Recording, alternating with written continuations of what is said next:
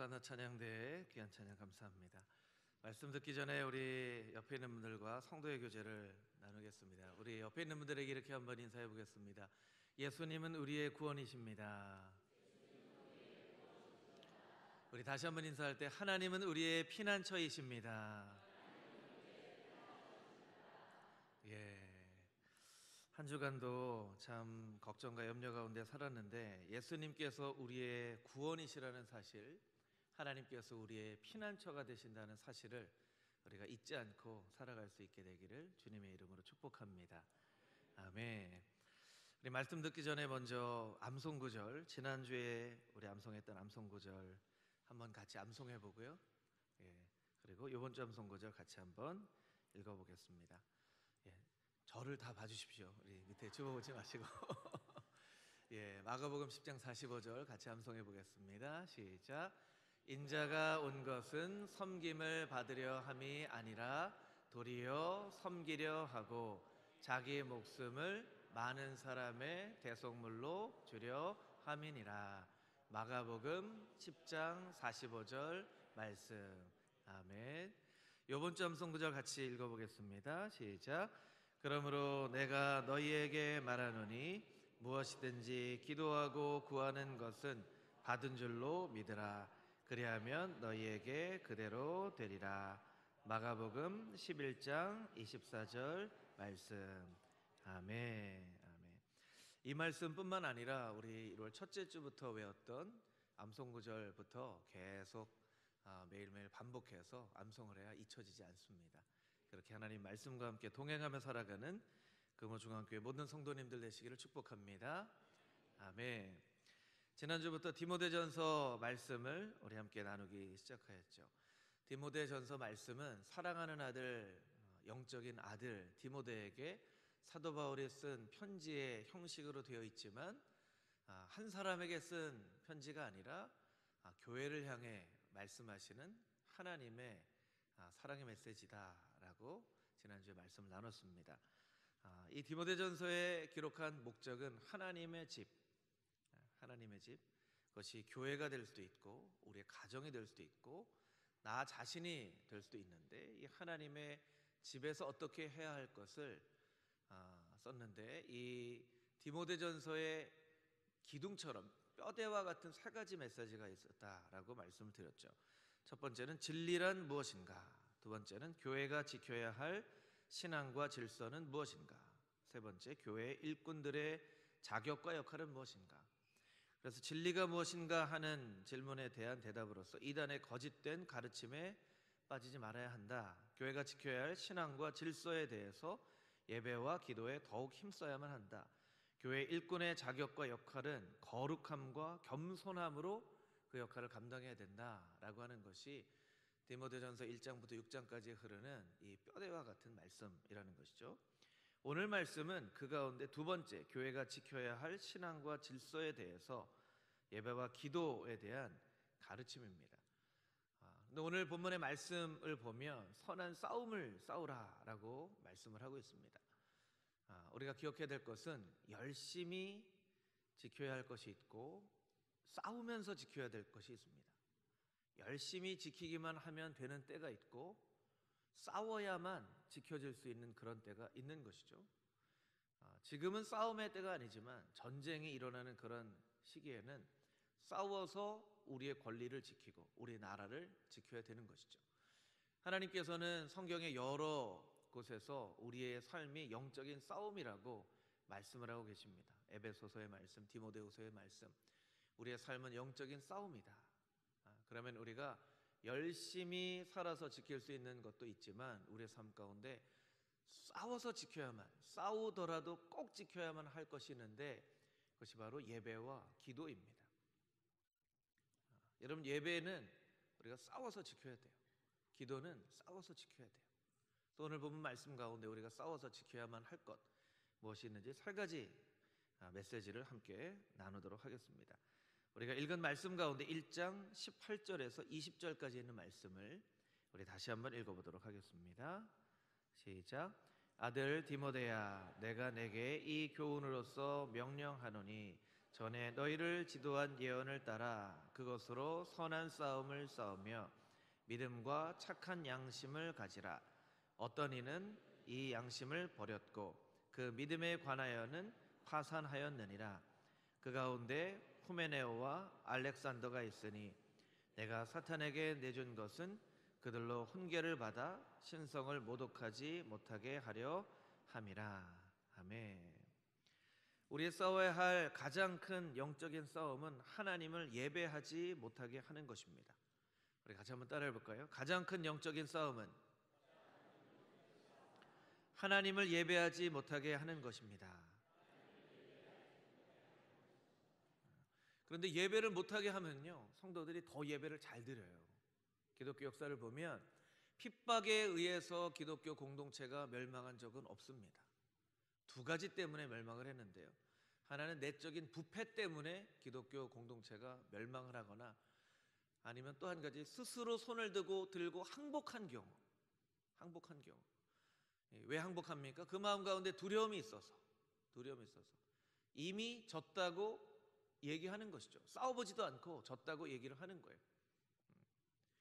그러니까 사단이 이것을 너무나 잘 알아서 예배를 못하게 하면요, 우리가 졸던 사람도 깨워서 예배를 못하게 하면 더 예배를 드립니다. 그래서 박해가 있는 그런 나라에 가보면요, 훨씬 더 예배가 부흥이 됩니다. 그런데 예배를 드리도록 해놓으면 오히려 더 예배를 더 잘 못 드리게 돼요. 그런 얘기 있죠.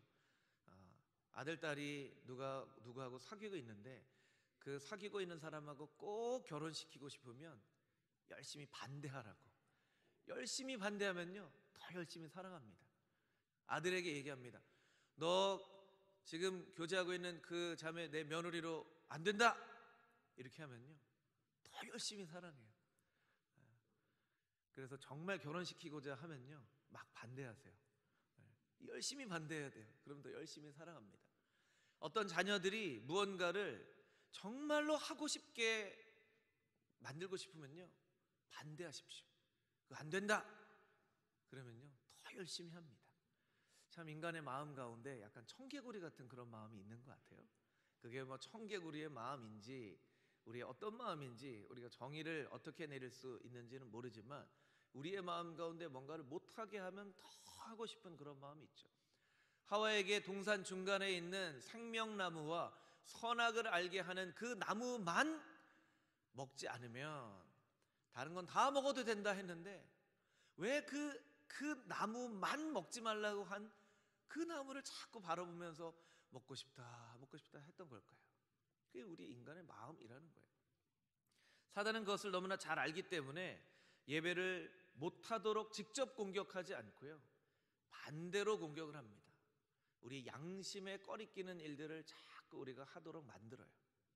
그리고 우리의 믿음이 영적인 항해를 하러 출발을 했는데 점점점 엉뚱한 길로 가다가 오늘 본문의 말씀처럼 파선을 하도록 만들어요. 여러분, 양심은 윤리죠. 믿음은 교리입니다.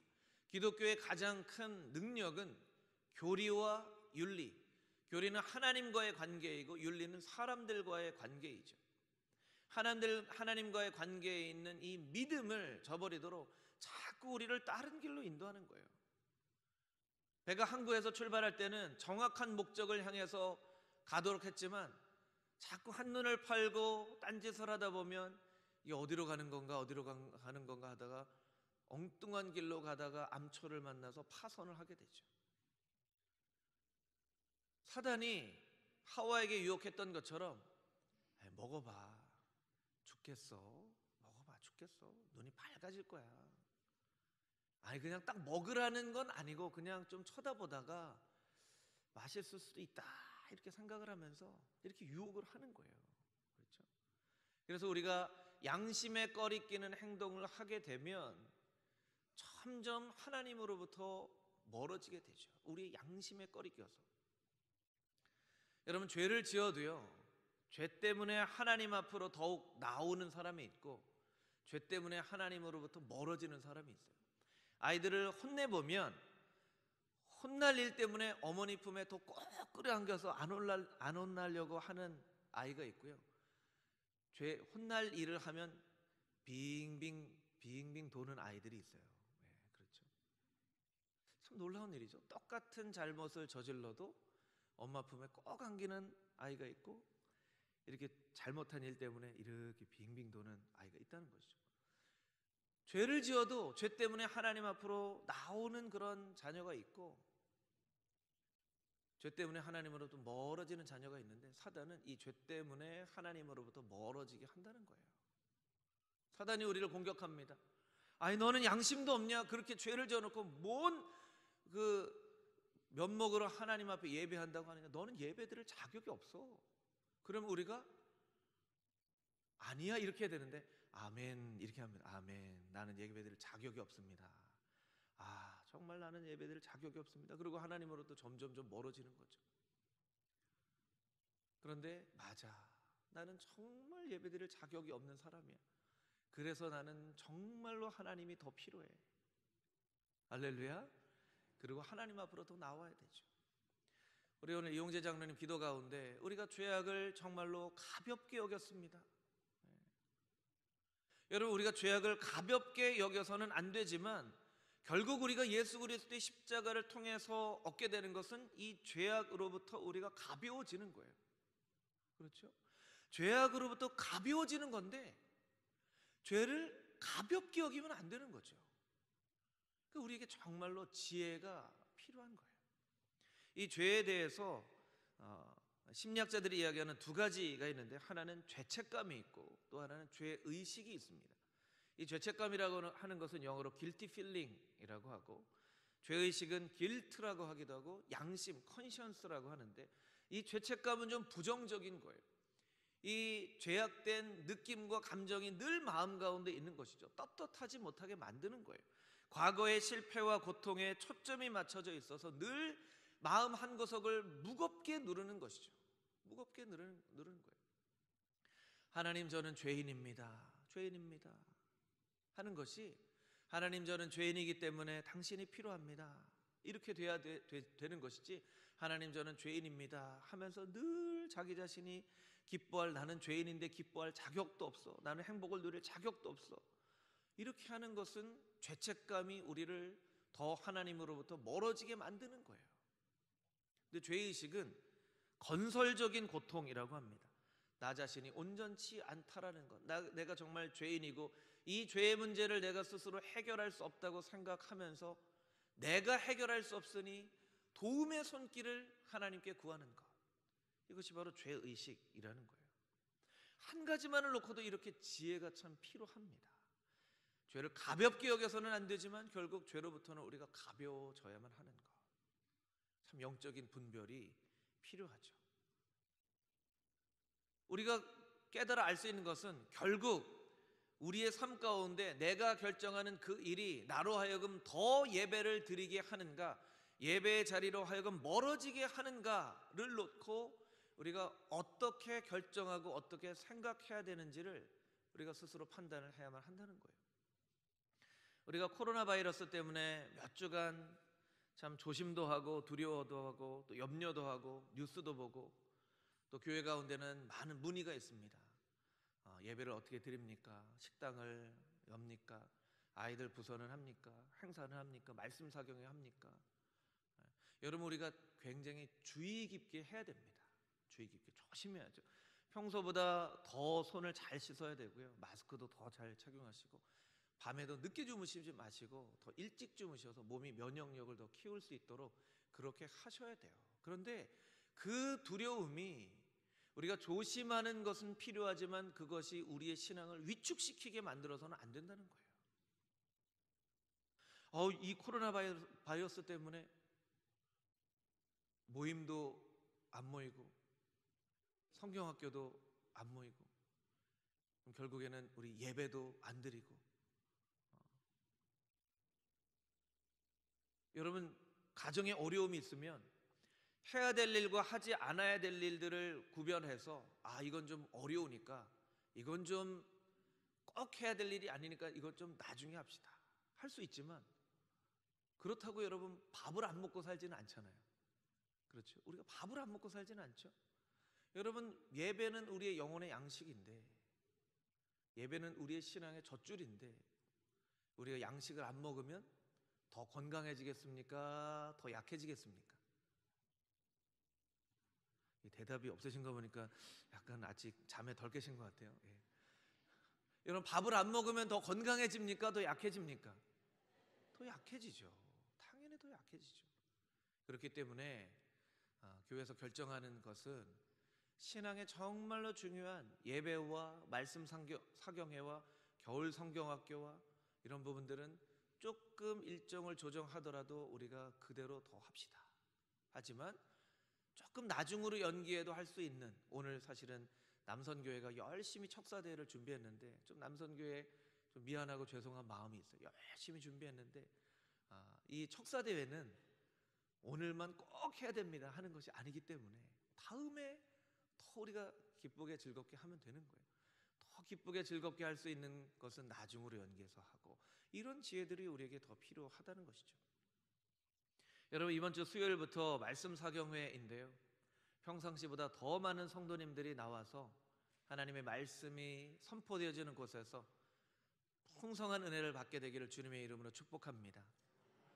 우리 겨울 성경학교가 원래는 이번 토요일 주일, 유년부 초등부가 토요일 주일 하기로 했는데 이것을 주일에 2번 나눠서 이번 돌아오는 주일 16일과 다음 주 23일에 2번에 걸쳐서 주일에 하기로 했는데, 여러분, 주일에 아이들이 예배는 드려야죠.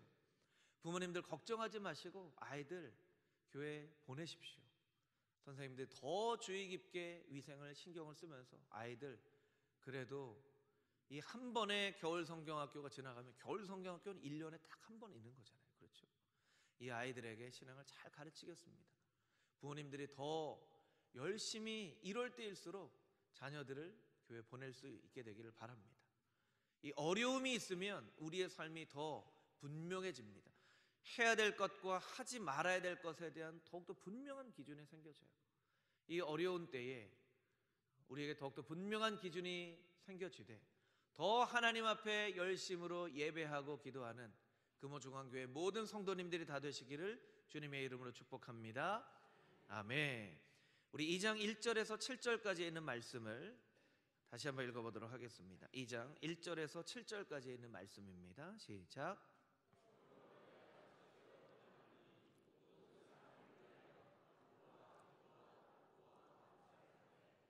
임금들과 높은 지위에 있는 모든 사람을 위하여 하라. 이는 우리가 모든 경건과 단정함으로 고요하고 평안한 생활을 하려 함이라. 이것이 우리 구주 하나님 앞에서 선하고 받으실 만한 것이니 하나님은 모든 사람이 구원을 받으며 진리를 아는 데에 이르기를 원하시느니라. 하나님은 한 분이시요 또 하나님과 사람 사이의 중보자도 한 분이시니 곧 사람이신 그리스도 예수라. 그가 모든 사람을 위하여 자기를 대속물로 주셨으니 기약이 이르러 주신 증거니라. 이를 위하여 내가 전파하는 자와 사도로 세움을 입은 것은 참말이요 거짓말이 아니니 믿음과 진리 안에서 내가 이방인의 스승이 되었노라. 아멘. 사단이 우리의 삶 가운데 주는 두 번째 영적인 싸움은 기도의 문이 막히게 하는 것입니다. 우리 같이 한번 따라해 보겠습니다. 우리의 영적인 싸움은 기도의 문이 막히게 하는 것입니다. 오늘 본문의 말씀 가운데에서는 어떻게 기도하라고 특별히 권면하고 있냐면 모든 사람을 위하여 기도하라. 모든 사람을 위하여 기도하라. 1절에도 보면 모든 사람을 위하여, 2절에도 모든 사람을 위하여, 4절에도 모든 사람이 구원을 받기를, 6절에도 모든 사람을 위하여 자기 대속물을 주셨으니 하나님께서는 모든 사람을 위하여 기도하고 모든 사람을 위한 복음을 선포하라고 하십니다. 근데 2절 말씀에 보니까 특별히 임금들과 높은 지위에 있는 사람들을 위해서 기도하라고 말씀을 하고 계세요. 그것을 통해서 우리의 마음이 고요하고 평안해지기를 원한다, 이렇게 이야기를 하고 있습니다. 2절 말씀을 우리가 잘 이해해야 하는데요, 오늘날에 우리가 살고 있는 사회의 어떤 정치 지도자들하고는 이 당시 1세기에 있는 크리스찬들이 경험하는 지도자들하고는 전혀 다릅니다. 1세기에 있는 크리스찬들이 바라보는 지도자들은요, 로마 사람들이죠. 로마 사람들 어떤 사람들입니까? 크리스찬들을 박해하는 사람들입니다. 핍박하는 사람들입니다. 2절 말씀이 어떻게 해석이 되냐면 너희를 박해하는 자들을 위해서도 기도하라. 너희가 모든 사람을 위해서 기도하되 특별히 너희를 박해하는 사람들을 위해서도 기도해라. 참 아이러니한 것은요, 1세기에 있는 모든 통치자들은 크리스찬들의 삶을 파괴시킬 만큼의 막강한 힘을 가지고 있었지만 결국 그들이 가지고 있었던 그 막강한 힘은 자기 스스로 한 사람의 인생도 지키지 못할 힘이었어요. 그래서 정치 지도자들에 대한 글들을 보면요, 늘 두려워하고 염려하고 걱정하고 자기가 누리고 있는 이 지위를 언제 누가 암살해서 자기를 죽일까 늘 두려워했고 자기가 언제 이 지위에서 떨어져 버릴까 늘 염려하고 노심초사했다는 거예요. 여러분, 막강한 권력을 가지고 있으면 뭐합니까? 그것으로 자기 스스로의 마음조차 지키지 못한다면, 여러분 생각해 보세요. 이 정치 지도자들이 박해하고 핍박하는 오히려 크리스찬들이 박해하는 그 지도자들을 위해서 기도했다는 거예요. 막강한 힘을 가지고 있었던 사람은 그 힘을 가지고 스스로 자기 자신의 마음조차 지키지 못했고 그 힘으로 박해하는 크리스찬들이 오히려 박해자들을 위해서 기도하는 상황이었다는 거예요. 모든 사람을 위해서 기도하라. 마태복음 5장 44절 말씀은 우리에게 이렇게 이야기를 하고 있습니다. 마태복음 5장 44절 우리 함께 읽겠습니다. 나는 너희에게 이르노니 너희 원수를 사랑하며 너희를 박해하는 자를 위하여 기도하라. 아멘. 예수님께서 말씀하셨죠. 원수를 사랑해라. 그리고 박해하는 사람을 위해서 기도해라. 박해하는 사람을 위해서 기도해라. 여러분, 여러분이 여러분을 가장 마음 아프게 하는 그 사람을 위해서 기도할 때 사단은 가장 괴로워합니다. 이 원수를 미워해야 되는데 우리가 원수를 위해서 기도하면 사탄이 그게 가장 괴로운 일이에요. 여러분, 여러분을 가장 힘들게 하는 그 사람을 위해서 기도할 때 하나님은 가장 기뻐하십니다.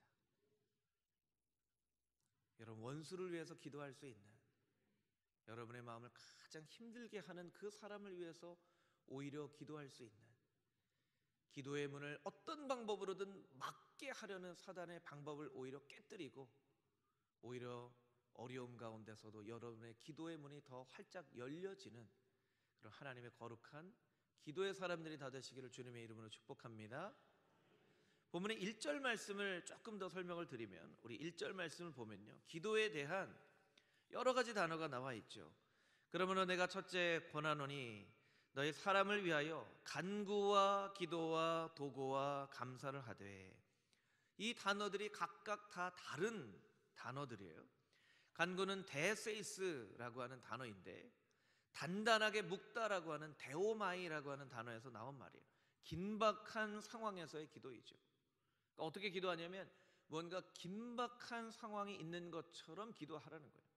두 번째 기도는 프로슈카스, 이것은 쏟아붓다라고 하는 프로슈코마이라고 하는 단어에서 오는 뜻인데 쏟아내는 것처럼 전심으로 기도하라는 거예요. 세 번째 도고는 엔티옥세이스라는 말인데 이것은 타인들을 위한 기도를 말합니다. 나를 위한 기도가 아니라 타인들을 위한 기도. 네 번째 감사는 유카리스티아스, 이것은 하나님의 은혜를 생각하며 의지하는 기도를 말해요. 그러니까 이 기도가 세 겹줄이에요. 어떻게 세 겹줄이냐면 모든 사람을 위해서 기도하되 너희의 원수를 위해서도 기도하고, 원수를 위해서 기도라고 하니까 기도 안 할 수는 없고 그냥 대충 하나님 그냥 기도라고 하셨으니까 안 할 수는 없고 그 인간도 은혜를 베풀어 주세요 이러고 이렇게 기도하라는 게 아니에요. 하나님, 나를 정말 힘들게 한 그 사람 때문에 내가 마음이 너무나 무겁고 하지만 그 사람을 위해서 내가 긴박한 기도처럼 전심으로 하는 기도처럼 내가 기도합니다. 근데 기도하다 보니까 마음이 메말라져서 기도가 안 나오는 거예요. 하나님, 내가 기도하고 싶지만 내 마음이 메말라서 기도가 안 나옵니다.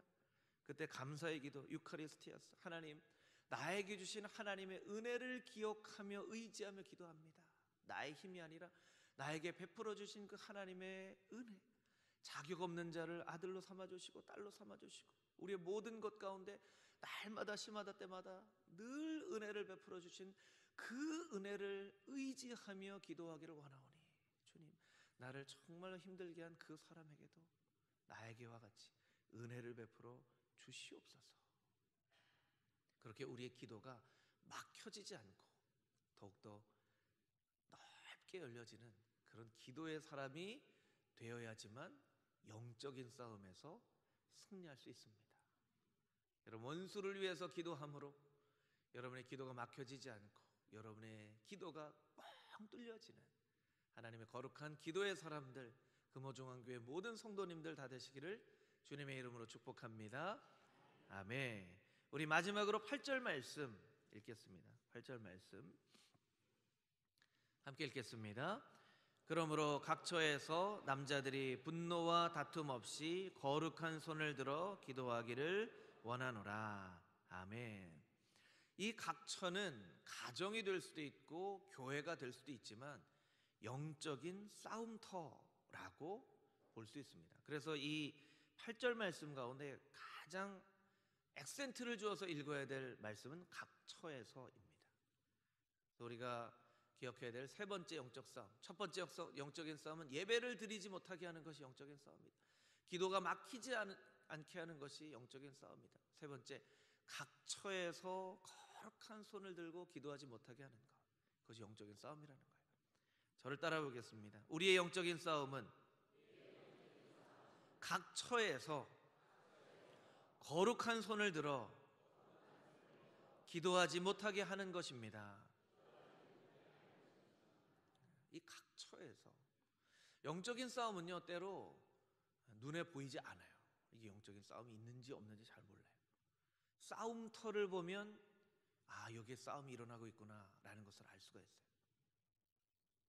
지금 가장 영적인 싸움이 치열하게 일어나고 있는 곳은 중국의 우한이죠. 우한. 여러분, 왜 우한이라는 지역에서만 많은 사망자가 나왔을까요? 그 허베이 성이라는 곳에서만 왜 많은 사망자가 나왔을까요? 다른 곳에서는 사망자가 그렇게 많지 않아요.